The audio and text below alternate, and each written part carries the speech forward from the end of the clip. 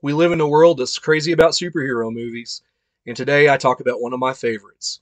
It's Hellboy 2, The Golden Army, when we return on Drew Reviews.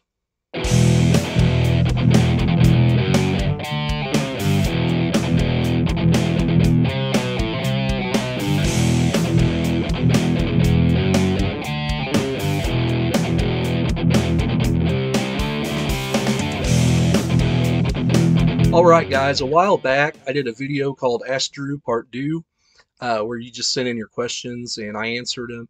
And a good friend of mine, Ben, he asked me, DC or Marvel, who's my favorite superhero? And so I answered that, and that was Hellboy. And at the time, I showed everybody these two omnibus versions of the comic that I had. And I'd actually forgotten that my wife, a few years back at Christmas, had gotten me one of the short story collections. So this has actually been in my closet for like 3 or 4 years, and it's never been cracked open. So, that's the gift that keeps on giving with Hellboy there. So before we get into the movie, I thought I'd talk about a few little differences. In the comic, the character of Hellboy, he's going around like 1600s cathedrals and like underworlds and, mystic places. And in the movie, they've got the BPRD, they're like based in Newark, New Jersey, and so they're in New York City all the time, and that's one of the major differences. In the movie, it's urban. In the comics, it's not urban at all. The medieval villages and stuff like that. And the other thing is, he doesn't have quite as many sarcastic quips in the comic books as he does the movies. And that's one reason why I like the movies is they give him just a little bit more of a razor's edge type personality there. So the movie starts off with a young Hellboy as a child and Professor Broom, and he won't go to bed, so the professor reads him a bedtime story, and it's all about this golden army, and pretty much lays out the movie and some of the things we're going to see. So it's kind of a goofy prologue, but it's much needed at the same time. So the movie really starts off at this auction. They're in this auction house, and so some of the things up for sale, like they have this headless sex goddess, this obese sculpture, which is pretty funny, comes into play later in an action piece. And so these people are bidding, and Prince Nuada and his henchman Wink come in, and they unleash these little, I guess you would call them like little demonic tooth fairies that just like chew people up, teeth first. But it's got to be seen to be believed.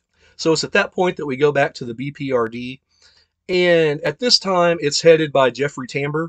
Now that Dr. Broom is gone. And I love his character in this movie. He's the authority figure to Hellboy, and Hellboy disobeys him at every twist and turn. He tries to get him to go by the book this time. He's got some Cuban cigars in his pocket, and he offers him a couple just to stay unnoticed because he's been popping up in the news.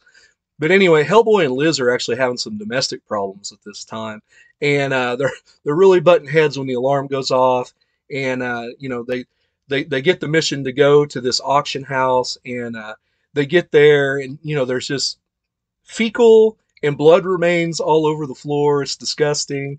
These little tooth fairy things attack them. Hellboy actually takes the statue of this obese sex goddess and knocks it over and rolls and crushes them. It's a really good action sequence. So after they lose their lead, they figure out kind of who did it, and there's this new character that comes in that's high up on the chain of command called Johann von Kraus, with two S's, as he says, and of course Hellboy makes an SS joke, which is kind of funny. And so they go after the characters of Nuada and Wink, and so they're looking for this infamous troll market under the Brooklyn Bridge. And this part of the movie at the troll market is my favorite section of the movie. It goes on for about 20 minutes. Johann, of course, is voiced by Seth MacFarlane, and he's just awesome with that German accent. Anyway, he figures out how to get into the troll market, and what opens is, to quote Willy Wonka, just a world of imagination. The characters in that troll market are amazing. So while they're down there, there's this hilarious scene where Hellboy and Johann go to interrogate these two goons as to the whereabouts of Prince Nuada. And so Hellboy's just slapping the crap out of this guy, and he's got this little baby. And finally, the guy gives up the information, and Hellboy tells the baby, "Sorry you had to see that kid." And Johann pats him on the head and says, "What a cute baby." And the baby goes, I'm not a baby, I'm a tumor. And that whole scene is just great. And it's one of the reasons why I love the Hellboy franchise. It's dark and it's funny, and thumbs up from me. And that's about the time they run into Nawada's henchman Wink, and him and Hellboy have a pretty good fight. Wink has this metallic hand goes off on a chain, and it's like a battering ram. And of course, it meets Hellboy's right-handed doom, and that's nothing's any match for that. And Wink ends up meeting this really gruesome death. It's at that point when Nawada's on the run that he unearths this little bitty like jumping bean, and it turns into this gigantic elemental earth creature that's just like kind of destroying the city. And Hellboy ends up bringing out the big guns. He's got the Samaritan that he uses, but he's got this gun that he calls Big Baby. And he jumps up on this sign, and he's really hesitant about shooting this thing because it is the last of its kind. And so he kind of feels bad about it. He's kind of wondering what he's became at this point in time. And that's one thing I like about this movie. The characters in this movie have a lot of character development. There's a lot more development here than in the first movie, where they had to, get a lot of the exposition out of the way. I really wish they would have carried on from this point, but so anyway, Hellboy ends up shooting this thing, and as it dies, it's kind of like the place becomes overran by plants and moss, and it's just a beautiful scene. There's this sorrowful music. It's he's killed this thing, the last of its kind, but it leaves this everlasting impression over the endless concrete walkways of New York City. That's a really cool scene, and I really love that one. I guess I should mention at this point also that Nuada has a twin sister, Nuala, and anything that happens to him, she also feels like he gets cut on the face. It's self-inflicted, and she gets a cut on the face. And the BPRD she ends up coming to them, and Abe Sapien ends up falling in love with her. And so there's this great scene when they get back to the BPRD where Liz is wanting her space from Hellboy, and Abe Sapien's in love. And there's this great scene with this music playing where Hellboy and Abe Sapien are getting drunk on Tecate, and they're just leaning on each other's shoulders, talking about what a mess their love lives are, and that's a great scene as well. But it's at that point that Nuada shows back up, and Nuada wants the other piece of this crown. Once he gets all three pieces, he can awaken the Golden Army, and he knows the other piece is there and that his sister has it. And so him and Hellboy have a fight, and it's not really fair because Hellboy, of course, is completely inebriated. And so Nuada ends up sticking him right next to the heart with this spear and breaking it off and leaving Hellboy for dead and telling them they know where to find him if they want Hellboy left alive. So Liz and Abe and Johann end up taking a very injured Hellboy to this place just off the coast of Ireland where Prince Nuada said he would be. And they find this really interesting creature. He says he knows somebody who can remove the spear from his heart without killing him if they'll give him the spear when they're done. And so they do. And he takes him to see the Angel of Death, and the Angel of Death is immediately like, oh my gosh, he knows who Hellboy is. And the Angel of Death tells Liz, I will save him, but he will be the death of humanity, and you will be forever cursed, and you will suffer greatly. And of course, she's in love with him and with Childs, I should say. She tells him to go ahead and do it, and of course, he removes the spear from Hellboy's side. And it's at that point they find Nuada and have the fight with the Golden Army, which I won't get into too much here. But this Golden Army, of course, their number is 70 times 7, so there's like 4,900 of these things, and they can self-repair and go back. And so Johann and Hellboy are fighting them. Of course, they're mechanical, made out of like clockwork parts and fire. And it's a really cool fight, but they've quickly realized that they're no match for these things, especially as they're repairing themselves. So Hellboy eventually challenges Nuada for the crown because he also is royalty, being the son of who. And so they have this epic fight.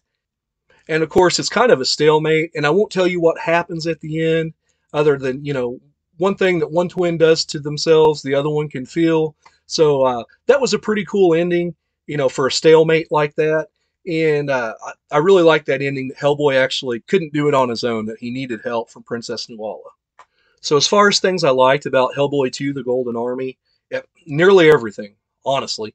All the performances were great. Ron Perlman, of course, is Hellboy to me. When I from a cinematic point of view, Selma Blair was good. Doug Jones was good. He played multiple parts here. He was the Angel of Death, along with Abe Sapien. I think he played a couple other parts.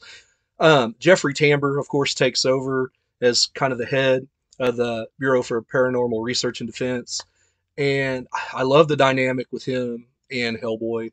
Johann von Kraus was pretty interesting. I love the two twins, Nuada and Nuala. They were pretty cool in this story. And this story was not actually from the comic, where the first one borrowed a little bit from the comic. This one was a complete new story, written by Mike Mignola, maybe the director Guillermo del Toro, which I also love his direction. Just about everything he does, I love the direction of the darkness, the contrast. I love the underground stuff. That troll market was just amazing. It reminded me of something Jim Henson, but darker. That was really cool.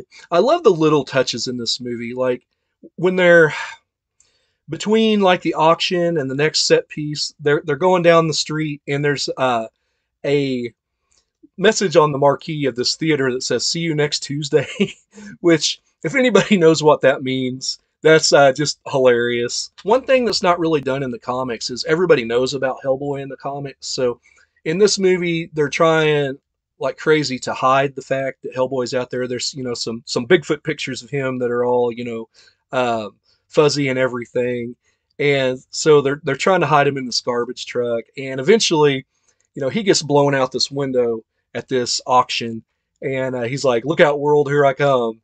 And he hits this cop car, and everybody's taking pictures of him, but they're not ready for Hellboy, and there's kind of a backlash, and they're like, "Man, you're ugly," and that's paid off later. There's a scene where this guy, as he's walking across the street, this guy goes, "Are you Hellboy?" He's like, "Yeah, I know I'm ugly," and just little things like that, and that billboard. I love this movie so much for that.